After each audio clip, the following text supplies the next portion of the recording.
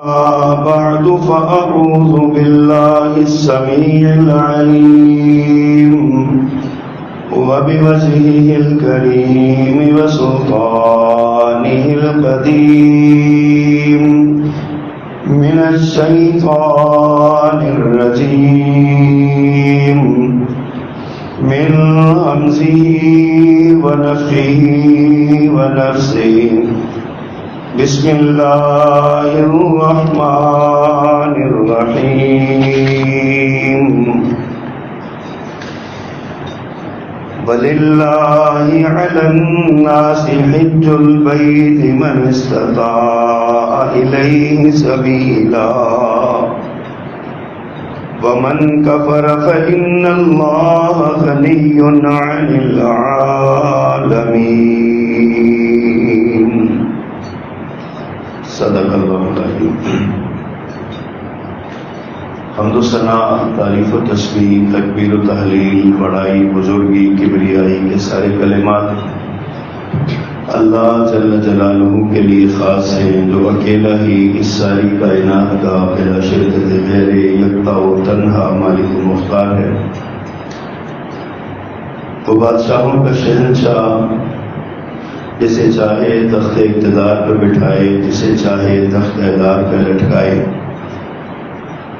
وہ عزتوں اور ذلتوں کا مالک، جسے چاہے عزتوں سے سرفراز کر دے اور جسے چاہے ذلتوں سے امکنار کر دے۔ کون ہے تو اس کے سامنے اس کی مرضی و منشا کے بغیر دم مارنے کی بھی جرت رکھتا ہو؟ لہذا ہر طرح کی حاجات، مناجات، دعائیں، التجائیں، ندائیں اور پکاریں اسی اللہ کے لیے خاص ہیں اور اسی کے لیے نہیں۔ اور درود و سلام امام الرسول، خطیب الانبیاء، سید ولد آدم، رسول محتشم، نبی معظم، امام الہدیٰ، رسول خدا جناب محمد الرسول اللہ صلی اللہ علیہ وآلہ وصحبہ وسلم کی ذات گرامی میں،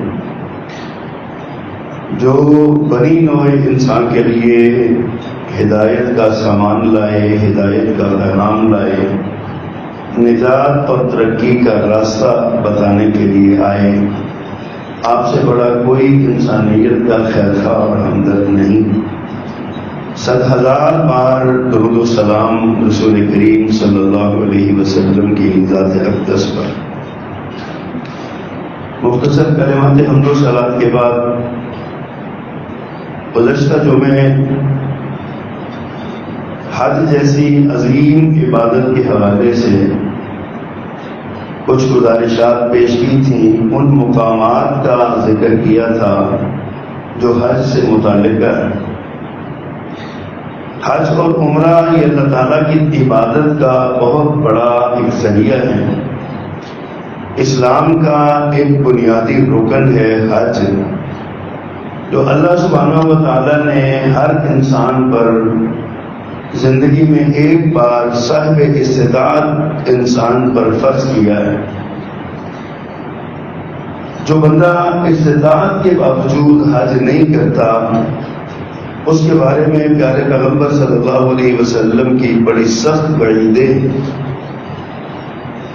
آپ کا حضرت عمر رضی اللہ تعالیٰ عنہ کا ارشاد ہے، ایک روایت میں جو سندن ضعیف ہے اس میں رسول اللہ صلی اللہ علیہ وسلم کا بھی ارشاد ہے کہ استطاعت کے باوجود جو بندہ حج نہیں کرتا، وہ چاہے یہودی ہو کے مرے، چاہے عیسائی ہو کے مرے، اللہ کو اس کی کوئی پرواہ نہیں ہے۔ یعنی وہ مسلمان، اس کا اسلام مشکوک ہے۔ تو جب یہ اتنی بڑی عبادت ہے، فضیلت یہ ہے کہ جو بندہ حج کر لیتا ہے، اللہ اسے گناہوں سے ایسے پاک کر دیتا ہے جیسے آج ہی دنیا میں بچہ پیدا ہوا ہے۔ فضیلت بھی بڑی ہے، شان اور مقام بھی بڑا ہے، اور اہمیت بھی بڑی ہے، فریضہ ہے، اسلام کا بنیادی رکن ہے۔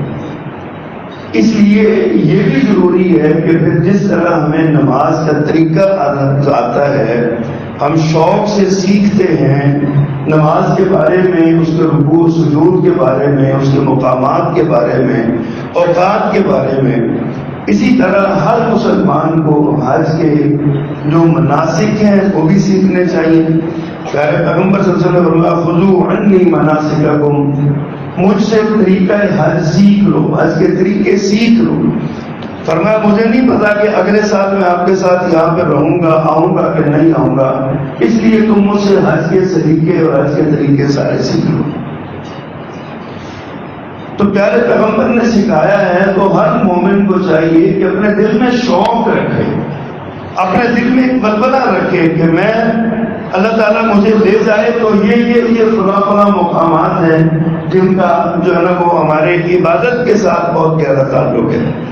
اس لیے ہمیں اس کے بارے میں سیکھنا چاہیے، اور سیکھنے کے لیے ہی گزشتہ جو میں نے کچھ عرض کیا تھا، بیت اللہ کا تعارف کروایا، حجر اسود کا، رکن یمانی کا، مطاف کا، اور میقات جو تھے ان کا، پھر اسی طرح مقام ابراہیم کا ذکر کیا، صفا اور مروہ کا ذکر کیا، پھر حجامت کا، بال کٹوانے اور منڈوانے کا ذکر کیا۔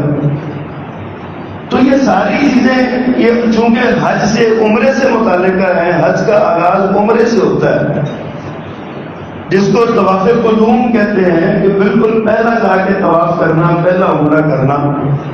اس کے بعد پھر بندہ حج کی آگے حج تمتع ہے، حج قران ہے، حج افراد ہے، الگ الگ قسمیں ہیں اس کی۔ جب ہم عمرہ کر کے فارغ ہو جاتے ہیں پھر 8 ذی الحج سے حج کی تیاری شروع ہوتی ہے، اور اس سلسلے میں سب سے پہلا پڑاؤ جو ہے یہ وادی مینا میں ہوتا ہے۔ حاجی جو حج کر کے آ چکے ہیں وہ جانتے ہیں، اور جو نہیں جا سکے اللہ ان کو لے جائے، انہیں یاد رکھنا چاہیے کہ حج کا آغاز 8 ذی الحج سے حج کی تیاریاں شروع ہوتی ہیں۔ حکم ہے کہ حج کے 8 ذی الحج کو فجر کے بعد آپ تیاری کریں، احرام باندھیں۔ مکہ میں جس مقام پر آپ مقیم ہیں، اپنے ہوٹل میں، اپنے گھر میں، یا جو بھی جگہ آپ نے رکھی ہے وہاں سے احرام باندھیں اور آپ مینا میں پہنچ جائیں۔ یہ مینا ایک بہت بڑی وادی کا نام ہے، یہ مکہ سے تقریباً 5 کلومیٹر کے فاصلے پر ہے یہ، اور یہ ایام حج میں انسان کا، ایک حاجی کا سب سے زیادہ وقت انہی اس پہ گزرتا ہے۔ 8 ذی الحج کو حکم ہے کہ مکہ سے احرام باندھو اور مینا میں پہنچ جاؤ۔ اب 8 ذی الحج میں آپ 5 نمازیں مینا میں پڑھیں گے، ظہر، عصر، فجر، مغرب، عشاء، اور اگلے دن 9 ذی الحج کی فجر۔ یہ وادی مینا ہے، اس میں بہت ساری آگے عبادات کا ذکر ہے۔ جو رمی جمرات ہے وہ بھی یہیں سے ہے، قربانی بھی اسی علاقے میں ہے، اور یہ سارے یعنی حج کے سارے ایام میں سے سب سے زیادہ وقت 8 ذی الحج یہاں پہ گزارنی ہے، پھر 9 کی رات کو یہاں پہ اس راستے میں واپس آنا ہے، 10 کو یہاں رہنا ہے، 11 کو یہاں رہنا ہے، 12 کو یہاں رہنا ہے، 13 کو یہی مقام، یہی ٹھکانہ ہمارا جو ہے نا وہ بنے گا حاجی کا۔ 8 ذی الحج کو یہاں پہنچے، رات گزاریں، صبح فجر کی نماز پڑھیں، اور پھر اس کے بعد حج کا جو سب سے اہم، سب سے بڑا اور عظیم رکن ہے وہ ہے عرفہ کا وقوف عرفہ اس کو کہتے ہیں۔ فجر کی نماز مینا میں پڑھنے کے بعد ہر حاجی کے لیے یہ لازم ہے کہ وہ مقام عرفات پہ پہنچے۔ یہ ایک میدان ہے جو مکہ سے تقریباً 20 کلومیٹر کے فاصلے پر ہے، اور یہ اصل میں وقوف عرفہ ہی حج ہے۔ آپ نے فرمایا جس بندے نے وقوف عرفہ نہیں کیا نا، کسی وجہ سے بھی وہ رہ گیا، نہیں پہنچ سکا، رش کی وجہ سے یا کوئی بیماری کی وجہ سے، تو اس کا حج نہیں ہوا، اسے اگلے سال دوبارہ آنا پڑے گا۔ عرفات کا میدان، اس کی عام توجہ یہ کی جاتی ہے کہ یہ عرفہ جو ہے یہ حضرت آدم اور حضرت حوا کو پہچانا، ایک دوسرے کو انہوں نے یہاں پہ ملاقات کی، پہچانا، اس لیے عرف کا معنی، عرفہ کا معنی پہچاننا ہوتا ہے، تو اس کو عرفہ کہا جاتا ہے۔ یہ مقام ہے مکہ سے 20 کلومیٹر دور، یہاں پہ پہنچنا ہے، اور یہاں پہ سب سے بڑا کام جو ہے نا وہ دعائیں مانگنا ہے۔ جتنی بھی زیادہ سے زیادہ دعائیں مانگ سکیں۔ یہاں پہ آپ فجر کے بعد نکلتے ہیں تو آتے جاتے آپ کو کتنی دیر لگ جائے، عرفات میں پہنچے اور وہاں پہ آپ پھر دعائیں مانگیں، پھر ظہر اور عصر کی نماز آپ نے یہاں یہ وہ مقام ہے جہاں پر ظہر اور عصر کی نماز قصر کر کے 2 رکعت کر کے اکٹھی ایک اذان اور 2 تکبیروں کے ساتھ یہاں پہ پڑھی جاتی ہے۔ جس بندے نے خطبہ حج بھی یہیں پہ سنا جاتا ہے، جو بندہ یہاں پہنچ گیا، عرفات کے میدان میں پہنچ گیا، 2 رکعتیں پڑھ لی، اس کے بعد اسے حکم ہے کہ وہ اب دعائیں مانگے، طویل دعائیں مانگے، جتنی مانگ سکتا ہے۔ یہ وہ مقام ہے جس کے بارے میں حدیث میں آتا ہے اللہ تعالیٰ آسمان دنیا پہ نزول اجلال فرماتے ہیں اور اپنے فرشتوں کو مخاطب ہو کہتے ہیں یہ سارے ایک ہی لباس میں، ایک ہی تلبیہ میں، ایک ہی ترانے میں یہ سارے آئے ہوئے مجھ سے کیا مانگتے ہیں؟ اللہ تجھ سے گناہوں کی معافی مانگتے ہیں۔ اللہ فرماتے ہیں پھر گواہ ہو جاؤ آج کے دن میں نے عرفہ کے سارے مہمانوں کو معاف کر دیا، ان کے سارے گناہ معاف کر دیے۔ گویا کہ یہ وہ دن ہے جس دن انسان جو وہاں پہنچ گیا اس دن اللہ سبحانہ و تعالیٰ اسے گناہوں سے ایسے پاک کر دے گا جیسے وہ آج ہی ماں کے پیٹ سے دنیا میں آیا ہے۔ جس طرح معصوم بچہ گناہوں سے پاک ہوتا ہے، اس طرح وقوف عرفہ کرنے والا جہاں پہ حاجی بنتا ہے، حج مکمل ہوتا ہے، وہاں پہ جا کے بیٹھنے والا، دعائیں مانگنے والا، اللہ سے اپنے گناہوں کی معافی مانگنے والا، اپنی ضروریات طلب کرنے والا جو یہاں پہ کرتا ہے، یہ سارے کے سارے اس کے گناہ اللہ معاف فرما دیتے ہیں، اس کی دعائیں اللہ قبول کر لیتے ہیں۔ پھر یہاں سے مغرب کی اذان تک، سورج کے غروب ہونے تک یہاں رہنا ہے۔ اب حکمت اللہ کی یہ ہے کہ یہاں پہ جس نے وقوف کیا، مغرب کی نماز تک پہنچا، اب حکم یہ ہے کہ یہاں پہ مغرب کی نماز نہیں پڑھنی، مغرب کی نماز نہیں پڑھنی۔ فرمایا یہاں سے سورج غروب ہونے تک عرفہ میں رہو، پھر وہاں سے نکل جاؤ، اب پیچھے آ جاؤ، ادھر جو مزدلفہ ہے وہاں پہ آ کے آپ لوگوں نے ٹھکنا ہے، یہاں رات گزارنی ہے۔ اس کو مشعر الحرام بھی کہتے ہیں۔ جس جگہ پہ رسول اللہ صلی اللہ علیہ وسلم نے قیام کیا وہاں آج ایک مسجد مشعر الحرام بنی ہوئی ہے۔ مغرب کی اذان سن کے نکلنا ہے، عرفات سے واپس مزدلفہ میں آنا ہے، اور مزدلفہ میں مغرب اور عشاء کی دونوں نمازیں پڑھنی ہیں۔ مغرب کی پوری پڑھنی ہے، عشاء ویسے ہی قصر ہوتی ہے، مسافر ہے سارے۔ تو اس کے بعد رات کو سونا ہے۔ پیارے پیغمبر صلی اللہ علیہ وسلم نے تہجد کی نماز بھی نہیں پڑھی مزدلفہ میں، تو سونا آرام کرنا ہے تاکہ جسم جو 2 دن کی تھکاوٹ ہے وہ ساری تھکاوٹ ختم ہو جائے۔ جب سونا ہے، صبح فجر کی نماز پڑھنی ہے، اور فجر کی نماز کے بعد طلوع آفتاب سے پہلے پہلے تک مزدلفہ میں آپ نے رہنا ہے۔ پھر وہاں سے اگر کوئی بزرگ ہے، کوئی بوڑھا ہے، تو وہاں سے پھر آ جائے، پہلے بھی آ جائے، فجر کی نماز پڑھتا بھی نکل سکتا ہے، فجر سے پہلے بھی آ سکتا ہے۔ حج جتنا پر مشقت عمل ہے نا، جتنا اس میں یعنی مشقت ہے جس قدر اس میں، اسی قدر پیارے پیغمبر صلی اللہ علیہ وسلم نے آسانیاں دی ہیں۔ کسی نے آ کے سوال کیا جی میں نے پہلے یہ کر لیا، فرمایا افعل ولا حرج، میں نے یہ پہلے کر لیا وہ بعد میں کر لیا، فرمایا افعل ولا حرج، کر لو کوئی بات نہیں، کر لو کوئی بات نہیں، کوئی حرج نہیں، یہ بھی کر لو کوئی حرج نہیں، ایسے بھی کر لو کوئی حرج نہیں۔ جہاں مشقتیں ہیں اس میں، وہاں اللہ کے نبی صلی اللہ علیہ وسلم نے آسانیاں بھی مہیا فرمائی ہیں، فرمایا افعل ولا حرج۔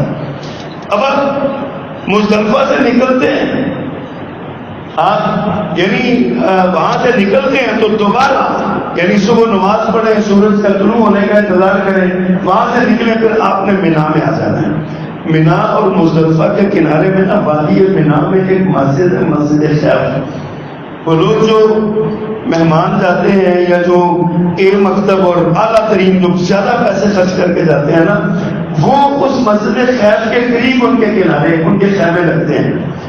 مسجد خیف وہ جگہ ہے جس میں 70 انبیاء نے نماز ادا کی ہے۔ 70 انبیاء کرام وہاں پہ گزرتے ہوئے اس علاقے سے، مکہ سے گزرتے ہوئے، تو انہوں نے وہاں پہ نماز پڑھی۔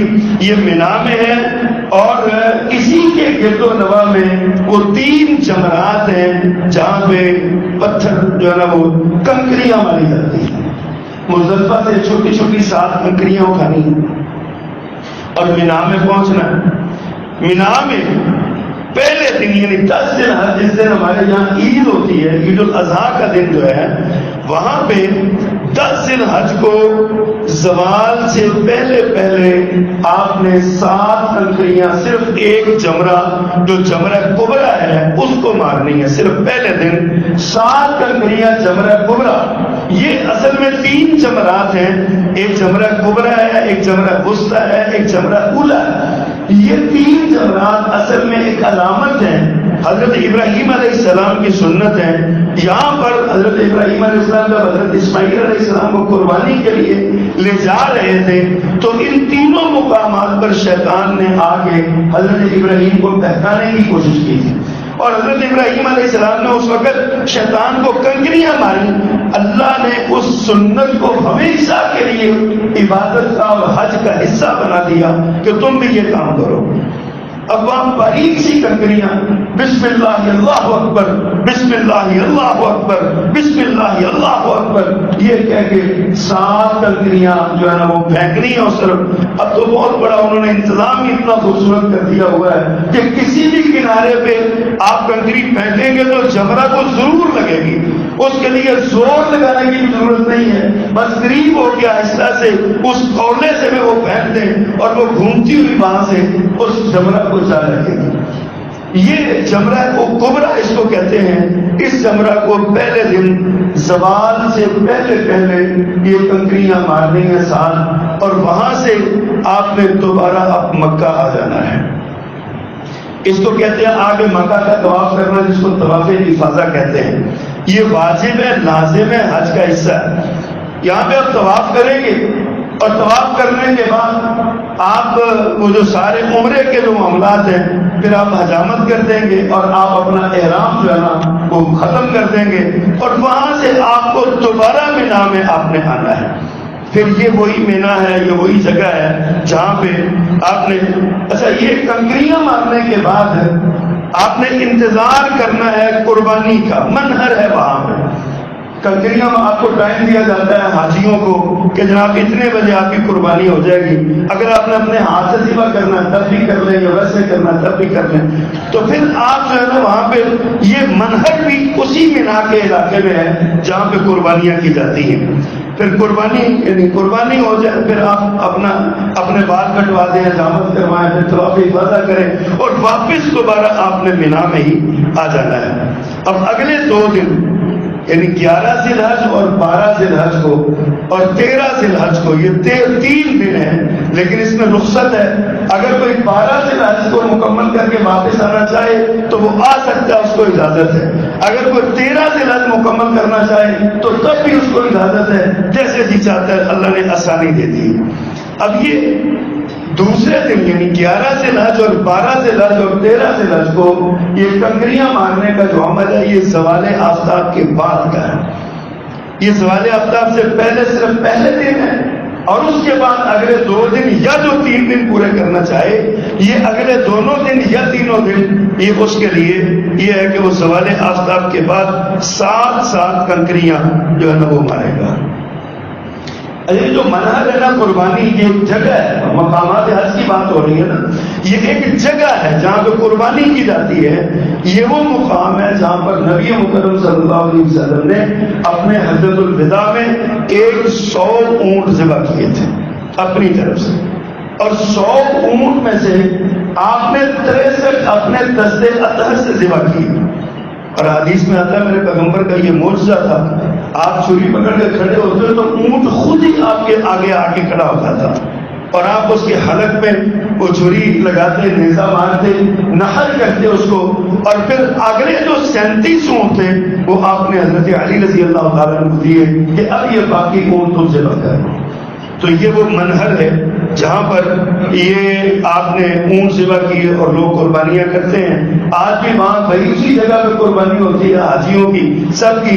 اب تو سہولتیں موجود ہیں، آسائش موجود ہے، آپ نے پیسے جمع کروا دیے اور آپ کی وہاں پہ قربانی جو ہے نا وہ کر دی گئی. آپ کو میسج آ گیا جی آپ کے اسے قربانی جو نشان لگایا تھا وہ ہو گئی ہے، اب آپ اپنا جو ہے نا اگلے مراحل مکمل کر دیں. اس کے بعد وہاں پہ نا ایک وادی مبیت ہے. نبی صلی اللہ علیہ وسلم نے 11، 12، 13 ذی الحج کی راتیں وہاں پہ گزاری ہیں. سونے کی آپ نے وہاں پہ سوئے ہیں. 3 دن جو حج کے اگلے راتیں ہیں وہ وہاں پہ آپ رہے ہیں. اچھا، ایک وادی ارنا ہے. 9 ذی الحج کی صبح جب آپ مینا سے نکلے نا عرفات کی طرف، تو آپ ظہر سے پہلے اس وادی میں پہنچے. یہ وہ وادی ہے جس میں مسجد نمرہ کا اگلا حصہ موجود ہے. مسجد نمرہ آدھی سے زیادہ تھوڑی سی وہ مسجد نمرہ عرفات میں ہے، اور تھوڑا سا اس کا حصہ آگے اس وادی ارنا میں ہے. جو لوگ وادی ارنا میں قیام کرتے ہیں وہ وادی عرفات میں نہیں پہنچتے، اور جو وادی عرفات میں نہیں پہنچتے ان کا حج نہیں ہوتا. یہ اللہ کی طرف سے اللہ کے رسول صلی اللہ علیہ وسلم نے طریقہ بتایا ہے.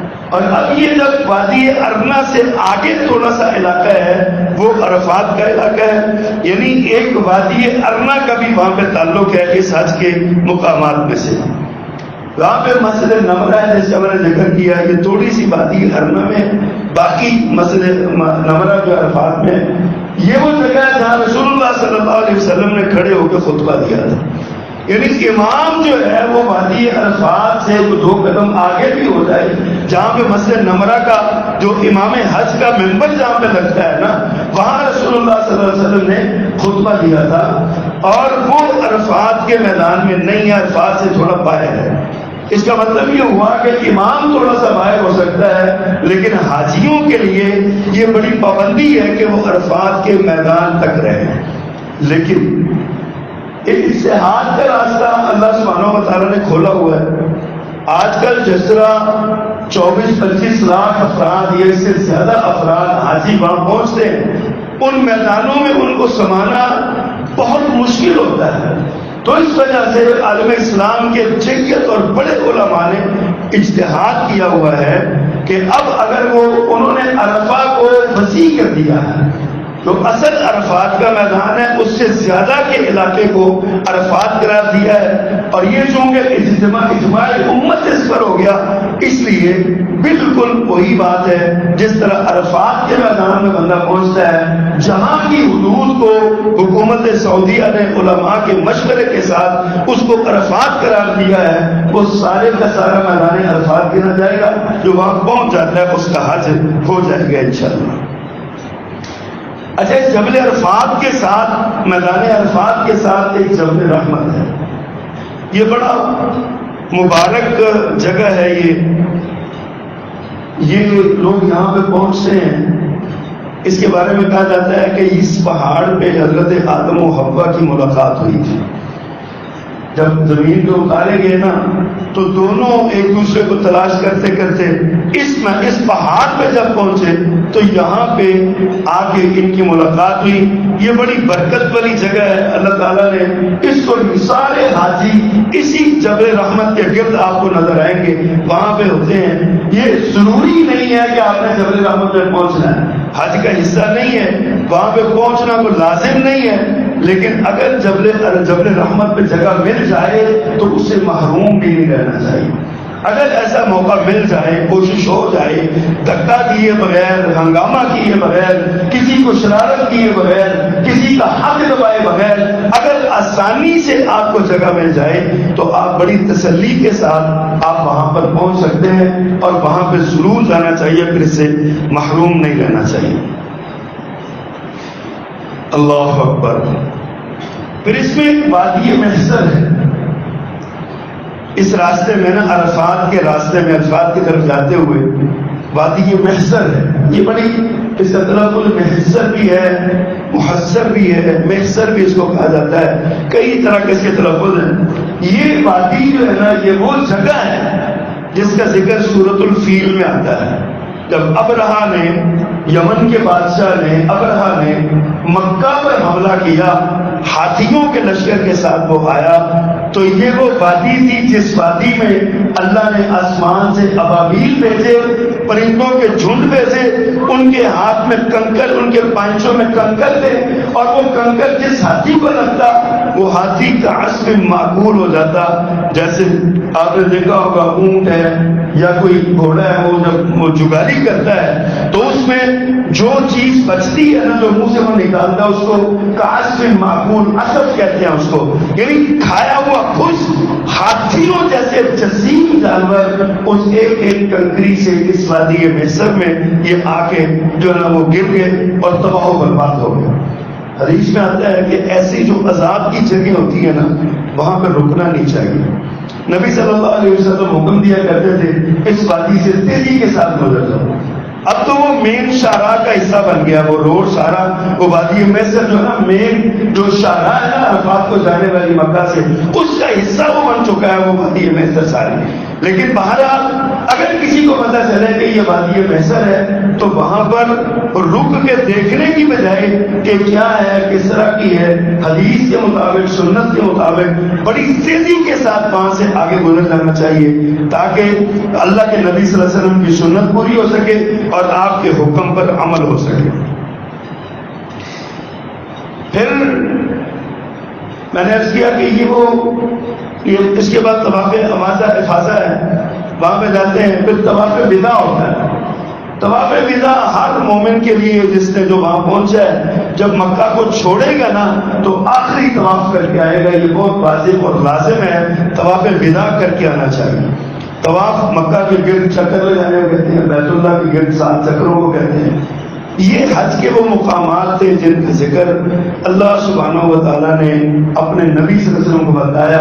یعنی جو حاجی حج کے لیے جاتے ہیں اللہ نے ان کے لیے یہ سارے، یعنی مکہ میقات ہے، میقات سے بیت اللہ ہے، بیت اللہ سے مقام ابراہیم ہے، بیت اللہ کے اندر حجر اسود ہے، یہ رکن یمانی ہے، پھر وہ حتیم کا علاقہ ہے، پھر اس کے بعد صفا و مروہ ہے، یعنی مقام ابراہیم ہے، زمزم ہے، پھر صفا و مروہ ہے، پھر حجامت ہے. اس کے بعد پھر 8 ذی الحجہ سے آگے سفر شروع ہوتا ہے مینا کی طرف، مینا سے عرفات کی طرف، عرفات سے واپس مزدلفہ کی طرف، مزدلفہ سے پھر مینا میں واپس آنا ہے. مینا سے عبادات پوری کرنے کے بعد طواف افاضہ کے لیے پلٹ کے مکہ میں آنا ہے اور وہاں سے پھر دوبارہ مینا میں جانا ہے. اگلے 2 دن وہاں گزارنے ہیں. اگر وادی مبیت ملے تو وہاں پہ سونا. اللہ کے نبی صلی اللہ علیہ وسلم 3 دن وہیں پہ ٹھہرے. تو یہ اختصار کے ساتھ آپ یہ سمجھ لیں کہ یہ وہ مقامات ہیں جہاں سے حج کی عبادات کا تعلق ہے. یہ ہمیں ہر ایک کو پتہ ہونا چاہیے. ویسے ہی اگر نہیں جا سکے اب تک تو اللہ تعالیٰ لے جائے گا. اللہ سے امید تو رکھنی چاہیے، دعا مانگنی چاہیے اللہ ہمیں یہ سارے علاقے دکھا دے. اور جب آپ یہ سارے علاقے دیکھیں تو پھر آپ کو علم ہونا چاہیے کہ آپ کس کس علاقے میں اس وقت موجود ہیں. خاص کر کے عرفات کے میدان کا علم ہونا چاہیے. حتی الامکان یہ کوشش ہو کہ آپ میدان عرفات کی جو اصل حدود ہے اس کے اندر ہی آپ وقوف عرفہ کریں، 9 ذی الحجہ کو گزاریں اور 9 ذی الحجہ جو یعنی غروب آفتاب تک آپ وہاں پر رہیں اور وہاں سے پھر نکلیں. تو یہ آپ کا حج ہوا. حج کی فضیلت، حج کے مقامات، حج کا مرتبہ، حج کی شان اور حج کی منزل جو ہے نا اللہ ہر ایک کو نصیب فرمائے. ان چیزوں کی وجہ سے وہ ملتی. دوسری بات، جیسے ہمارے گزشتہ دنوں میں پاکستان وطن عزیز پر جو حملے ہوئے اور پھر الحمدللہ وطن عزیز کی افواج نے جو جواب دی، اس حوالے سے کچھ گزارشات آپ کی خدمت میں کرنا چاہتا ہوں. بات یہ عرض کیا کہ پاکستان جو ہے یہ اللہ کی نعمت ہے، اللہ کا انعام ہے اہلیان بر صغیر کے لیے. لیکن ہمارے کچھ حالات ایسے ہیں کہ ہمیں مایوسی بہت پھیلی ہوئی ہے. 2 طرح کے لوگ ہر طبقے میں ہوتے ہیں ہر ملک میں، یعنی اسلامی معاشرے میں خاص کر کے مسلمانوں کو جو چیزیں درپیش ہوتی ہیں، ایک دشمن کا خوف ہوتا ہے اور ایک دشمن سے ڈرانے والے لوگ ہوتے ہیں اور مایوسی پھیلانے والے لوگ ہوتے ہیں. اس کو 5th کالم ہماری زبان میں کہا جاتا ہے کہ یہ ایک منافقین کا ٹولہ ہے. اصطلاحی طور پہ 5th کالم کہا جاتا ہے. مدینہ منورہ میں بھی یہ موجود تھے. جب بھی مدینہ پر حملہ ہوا، تبھی یہ جو منافقین تھے ان کا یہی کام تھا، بڑی طاقت ہے ان کے پاس، بڑی قوت ہے قریش کے پاس، اب تو رومی تمہارے مقابلے میں آ گئے، تمہیں برباد کر دیں گے، تمہیں تباہ کر دیں گے، تمہاری قوت ہی نہیں۔ غزوہ بدر کے موقع پر نبی صلی اللہ علیہ وسلم جب گئے جہاد کے لیے، بدر کے لیے، ظاہر مدینہ میں خبریں تو آ رہی تھی، تو مدینہ کے منافق ایک ہی بات بار بار کہے جا رہے تھے، ایک ہی بات کہے جا رہے تھے، بڑی طاقت ہے، اب کسی نے بچ کے نہیں آنا، سب کو مکہ والوں نے مار دینا ہے سب کو، اور اس انتظار پہ کان لگائے بیٹھے تھے بدر کے راستے میں۔ اللہ سبحانہ و تعالیٰ کی مدد شامل حال ہوئی، بدر میں اللہ نے فتح دی، عزت دی، کامرانی دی۔ جب مسلمان 70 کافروں کو مار کے 70 کو قیدی بنا کے یہاں پہ واپس لائے مدینہ میں، تو یہی جو منافقین کا طبقہ تھا پھر توجیہات کرنے لگے، دیکھا جی ہم تو کہتے تھے مسلمان بڑی طاقت ہے، بڑی قوت ہے، آج سیم ہمیں اسی طرح کے حالات کا سامنا ہے۔ آپ نے دیکھا یہ سوشل میڈیا نامی ایک گھوڑا، بے لگام گھوڑا ہمارے ہاتھ میں، بلکہ میں تو اس کو کہتا ہوں جس طرح وہ بندر کے ہاتھ میں اس طرح کی مثال ہے نا، یا ماچس کی مثال ہے، اس طرح ہماری نوجوان نسل کے ہاتھ میں، ہمارے لوگوں کے ہاتھ میں یہ سوشل میڈیا ہے، جس کا جو چیز چاہتا ہے وہ اس کے اوپر لکھ دیتا ہے، نہیں دیکھتا کہ اس کے ساتھ اس کا نقصان کتنا ہے، اس کی حقیقت کتنی ہے۔ آپ دیکھیے وہ پائلٹ کامران بشیر کے بارے میں جو مسیح تھا، اور کتنے دن اس کے بارے میں وہ افواہ بنائے رکھا، اس نے یہ کر دیا، اس نے وہ کر دیا۔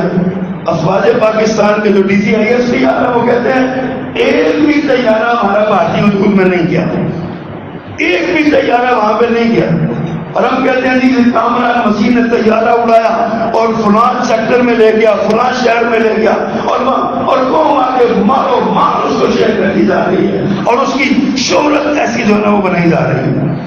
کوئی اس کو سیسل کامران سے ملا رہا ہے، وہ بھی ایک پائلٹ تھے ہمارے عیسائی تھے، کوئی کسی سے ملا رہا ہے، کسی سے ملا، پھر جب کسی نے دیکھا کہ اس کی شہرت بہت ہو گئی ہے تو کسی نے شہرت توڑ دی، یہ مسلمان ہو گیا۔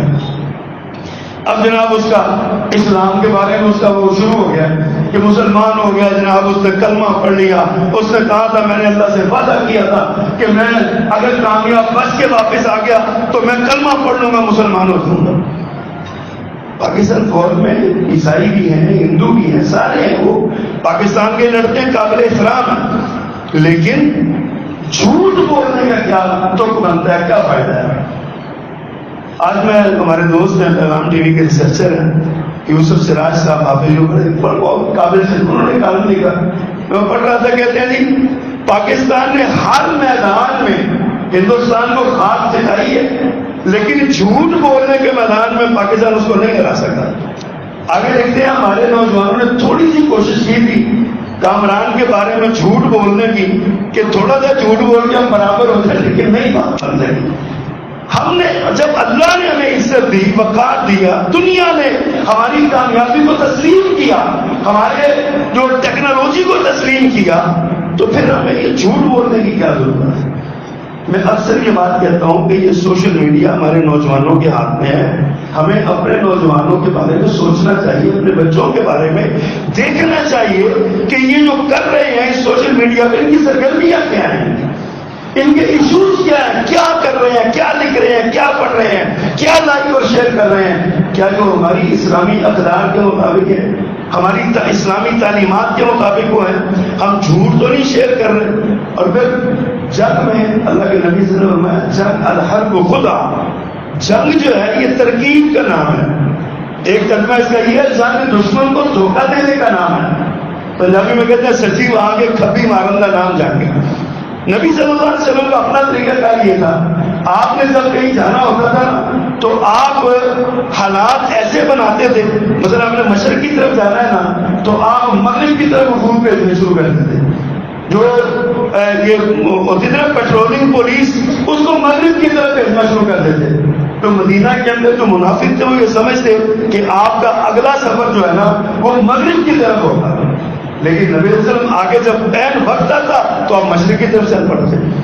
مکہ والوں کو اطلاع نہیں تھی، آخری وقت تک ان کو اندھیرے میں رکھا. یہ چال تھی, جنگی چال تھی. لیکن ہم کیا کرتے ہیں؟ ہم اگر ہماری افواج نے وہ جنگی چال چلی ہے تو ہر بندہ دانشور ہے. ہر بندہ جس کو اپنے گھر کے راشن کا حساب کرنا نہیں آتا وہ بھی اکانومسٹ ہے ہمارے پاکستان میں. ہمارے یہ رویے ہیں جن کی بات کر رہا ہوں. اللہ سبحانہ و تعالیٰ نے ہمیں ان کاموں سے منع کیا ہوا ہے. اللہ نے ہمیں کامیابی دی, عزت دی, وقار دیا, اللہ نے شان دی. دنیا میں اللہ نے ہماری تھاک بٹھائی, یہ اللہ نے بٹھائی. ورنہ ہمارے پاس کیا ہے؟ ساری دنیا کے لیے مانگتے ہیں, قرضے لے لے کر اپنی معیشت کو سنبھالا ہوا ہے. کبھی IMF کی غلامی, کبھی کسی کے پاس, کبھی کسی کے پاس ہم جاتے ہیں. اس کے باوجود اللہ نے ہمیں ٹیکنالوجی کے میدان میں کامیابی دی. اللہ نے ہماری افواج کو سرخرو کیا.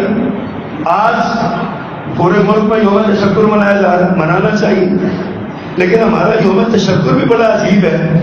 ہمارا یوم تشکر بھی ڈھول باجے ہوئے ناچ گانے کے ساتھ ہوتا ہے, جبکہ تشکر جو ہے یہ پیارے پیغمبر نے جب مکہ فتح کیا تو آپ نے کہا الحمدللہ الذی وحدہ نصر عبدہ وانجز وعدہ وحتم الاحزاب وحدہ. میرے آقا یہ دعا کرتے تھے, اللہ تعالیٰ شکر تعریفیں سب اللہ کی جو اکیلا ہے, اس نے اپنے بندے کی مدد کی, اس نے اکیلے نے سارے لشکروں کو شکست دی. یہ پیارے پیغمبر کی دعائیہ جملہ ہے. اور جب آپ مکہ فتح کر رہے تھے نا تو حدیث میں آتا ہے آپ کے سونٹ پر سوار تھے, آپ کی گردن اللہ کے شکر میں اتنی جھکی ہوئی تھی کہ آپ کا پیشانی مبارک آپ کے اونٹ کے کوہان سے ٹکراتی تھی بار بار. اس قدر عاجزی کا اظہار آپ کر رہے تھے اور اپنی اس فتح کو اللہ کے نام سے موسوم کر رہے تھے کہ یہ فتح اللہ نے دی. اور ہمارا جو ہے نا وہ ہمارا ٹھیک ہے, خوشی منانی چاہیے, لیکن خوشی کا طریقہ وہ ہونا چاہیے جو اللہ اور اللہ کے رسول نے بتایا. آج ہم بھی اللہ کا شکر ادا کرتے ہیں, اللہ نے فتح دی, عزت دی, کامرانی دی, کامیابی دی, ہم بھی اللہ کا شکر ادا کرتے ہیں. لیکن حضرات یہ شکر اس انداز میں ادا ہونا چاہیے, اس انداز میں ادا ہونا چاہیے کہ اللہ اس سے راضی ہو. لئن شکرتم, اللہ فرماتے ہیں لئن شکرتم, اگر تم میرا شکریہ ادا کرو گے, شکر گزار رہو گے, میں تمہیں اور زیادہ اس کے بدلے میں دوں گا. وَلَئِن كَفَرْتُمْ إِنَّ عَذَابِي لَشَدِيدٌ, اگر تم میرا ناشکری کی تم نے تو میں میرا عذاب بھی بڑھ سکتا ہے. آج کی فتح, اس فتح کے تناظر میں ہمیں 71 بھی یاد رکھنا چاہیے. 71 میں ہمیں شکست ہوئی ہے, کیوں ہوئی ہے؟ اس سے پہلے غور کیجیے, 65 میں بھی اللہ نے ہمیں فتح دی تھی. آج کچھ وقت گزرا نا جب, تو یہ جو جتنا بھی یہ 5th کالم کے لوگ ہیں نا, یہ نوجوان نسل کو پڑھا رہے ہیں ہماری فوج کو کوئی کامیابی نہیں ملی, وہ مطالعہ پاکستان غلط ہے, یہ ہے وہ ہے. اب پتہ چل گیا ہے نا کہ 65 کی جنگ کے حوالے سے مطالعہ پاکستان صحیح تھا. ہماری افواج بہادر ہے, مقابلہ کرنے جانتی ہیں. اور سب سے بڑی بات مجھے وہ DGSPR کی بات بڑی پیاری لگی. انہوں نے کہا اس کا نام بنیاد محسوس کیوں رکھا؟ یہ ایک عربی نام ہے, یہ تو کسی کو چیزیں لیا بھی نہیں چاہتا, مشکل نام ہے, کیوں رکھا؟ انہوں نے بے ساختہ بڑی خوبصورت بات کہی. انہوں نے کہا پاکستان کی فوج کے اندر اسلام, اسلامی تعلیمات اور قرآن موجود ہے. ہمارا موٹو ہی جہاد فی سبیل اللہ ہے. اتحاد تنظیم جہاد فی سبیل اللہ ہمارا موٹو ہے, جہاد فی سبیل اللہ. تو یہی بات میں بھی اکثر یہ کہا کرتا ہوں, مسلمان معاشروں میں پرائیویٹ جہادی تنظیموں کی کوئی گنجائش نہیں ہوتی. فوج جہاد کرے گی کیونکہ اس کو ریاست نے تشکیل دیا ہوا ہے. جب ریاست آواز دے گی ساری قوم کو فوج کی ہمدردی اور فوج کے ساتھ کھڑا ہونا چاہیے, جس طرح کہ ہم آج اس مئی کے مہینے میں کھڑے ہوئے. اللہ نے ہم پہ رحمت کی, اللہ نے ہمیں عزت دی. تو عرض کر رہا ہوں کہ یہ بنیاد محسوس جو آپریشن ہوا, اللہ نے اس میں وہ کام دنیا. اور سچی بات ہے کہ مجھے وہ ہندوستانی وزیر اعظم کی تقریر کا ایک ہی جملہ میں نے سنا اور مجھے وہ اتنا مزہ اس نے دیا. وہ پاکستان نے ہم پہ حملے شروع کر دیا, ہم نے حملے شروع کر دیا. ایسا اسٹائل ہے اس کا, اس کی بولی ہے اس کا کیسا, لیکن ہمارے سینوں میں اس کا یہ جملہ ٹھنڈا ہوتا ہے.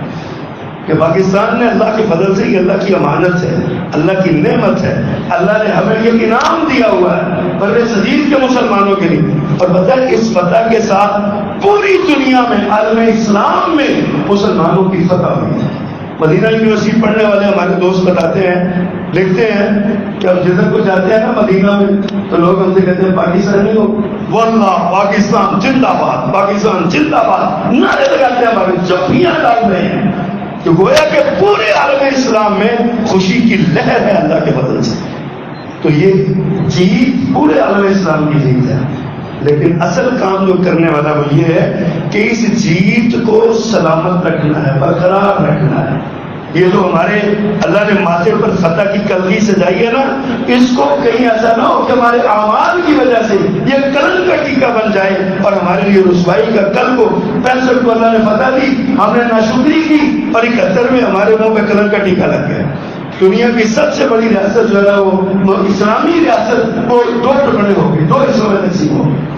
اور آج دوبارہ اللہ تعالیٰ ایسے ماحول پیدا کر رہے ہیں. بنگلہ دیش کے ساتھ بھی پڑا، وہ جو بھارت نواز حکمران تھے بنگلہ دیش کے، وہ فارغ ہوئے. آج بنگلہ دیش اگرچہ الگ ملک ہے لیکن بہرحال وہاں پاکستانیوں کے ساتھ ان کے دل دھڑکتے ہیں. ہمارے امیر محترم اپنی وفات سے چند دن پہلے، چند ماہ یا 2-2.5 مہینے پہلے بنگلہ دیش کے دورے پہ تھے. حضرت پروفیسر ساجد میر حفظہ اللہ رحمہ اللہ، اللہ ان کی قبر کو جنت کا باغ بنا دے. وقت تک پورا ان کے ساتھ واپس آئے تو ایک ہی بات کہتے تھے، اجنبیت کا احساس تک نہیں ہوا ہمیں واپس آئے. لوگوں نے ہمیں سینے سے لگایا سگے بھائیوں کی طرح، جس طرح کوئی بڑی دیر کے بعد واپس آتا ہے نا، اس طرح بنگلہ دیش کے لوگوں نے ہم سے محبت کی. تو گویا کہ یہ محبت کا یہ جو خوشبو پھیل رہی ہے، آج ہماری طاقت ہے، قوت ہے اللہ کے فضل سے، لیکن اس قوت کو سنبھالنا اصل بات ہے.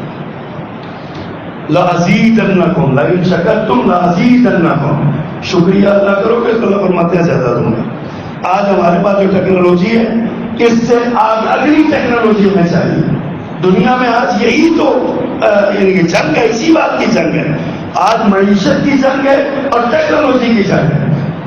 اب ہمیں لیکن ہمارے طیارے یا ان کے طیارے سرحدیں کراس نہیں کی، اپنی سرحد سے میزائل مار کے ان کے کتنے ڈپو اور کتنے فوجی انہیں برباد کر دی. یہ ٹیکنالوجی، ان کے سارے سسٹم کو ہیک کر لیا گیا، جام کر دیا گیا. یہ ٹیکنالوجی. اس سے اگلی ٹیکنالوجی کی اب ہمیں ضرورت ہے تاکہ ہماری فتح برقرار رہے. ہم سب خوشیاں منا رہے ہیں اللہ کے فضل سے، ہمارے دل باغ باغ ہیں، ہمارے چہروں میں اطمینان ہے، ہمارے دلوں میں اطمینان ہے.